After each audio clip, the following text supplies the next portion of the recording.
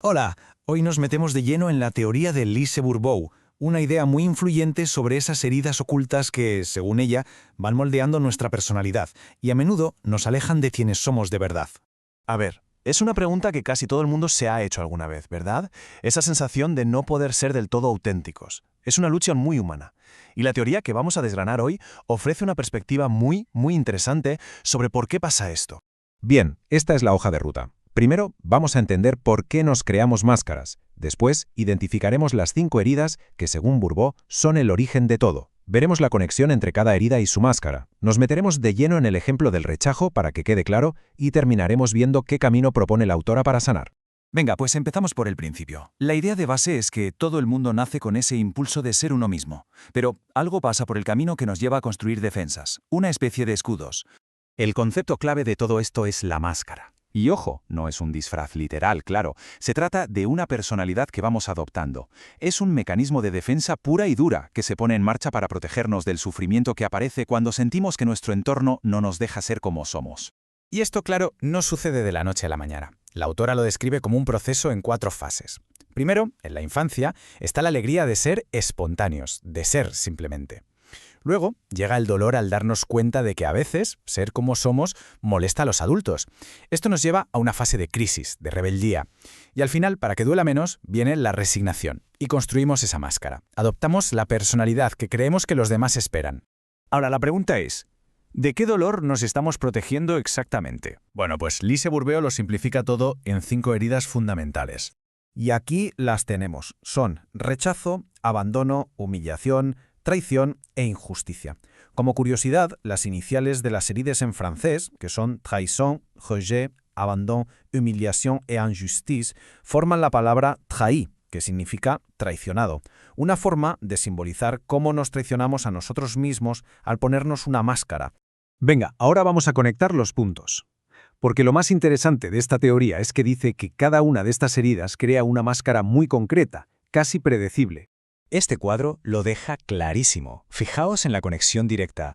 La herida de rechazo crea la máscara del huidizo, la de abandono, la del dependiente, la de humillación, la del masoquista, la de traición, la del controlador. Y por último, la de injusticia crea al rígido. Cada dolor, digamos, tiene su propio escudo. Así que, para que quede súper claro, la herida es la causa. Es ese dolor interno que se siente. Y la máscara es el efecto, es el personaje que interpretamos para que no duela tanto. La máscara, de hecho, solo sale a escena cuando tenemos miedo de que nos toquen la herida. Para que todo esto no se quede en algo abstracto, vamos a analizar una de las heridas a fondo. Nos vamos a centrar en la del rechazo y en su máscara, la del huidizo. Según Bourbeau, esta es la herida más profunda de todas.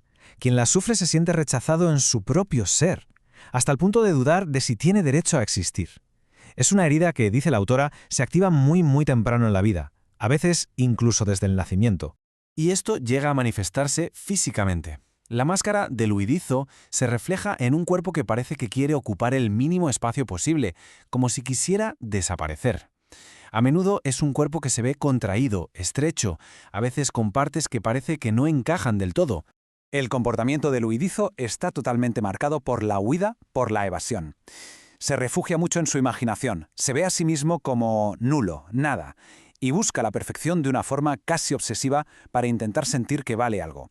Vive con la creencia de que no es digno de amor, y su miedo más grande es el pánico, porque sentiría que pierde el control y no podría huir. Y aquí la autora señala algo que es clave. La herida crea un círculo vicioso. Al sentirse rechazada, la persona se aísla, se vuelve invisible y, claro, al hacer eso, se da a sí misma más motivos para sentirse rechazada. Es un ciclo que se alimenta a sí mismo. Entonces, ¿hay una salida a todo esto? Pues sí. El libro también propone un camino para sanar estas heridas y poder, por fin, quitarnos las máscaras. Y aquí llega algo que es fundamental. La sanación no empieza luchando ni intentando cambiar a la fuerza. Empieza con la observación y la aceptación. Se trata de darse cuenta de cuándo y por qué nos ponemos esa máscara, pero sin juzgarnos por ello.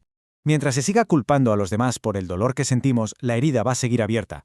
La propuesta es asumir la responsabilidad, entender que los demás solo activan una herida que ya está ahí. La curación, desde este punto de vista, pasa por perdonarse y por aceptar ese dolor con compasión. Y la pregunta final, entonces, no es para tener una respuesta inmediata, sino para abrir una puerta a la reflexión. Pararse a observar nuestras propias reacciones, nuestras defensas, sin juicios, podría ser el primer paso para descubrir quiénes somos de verdad detrás de la máscara.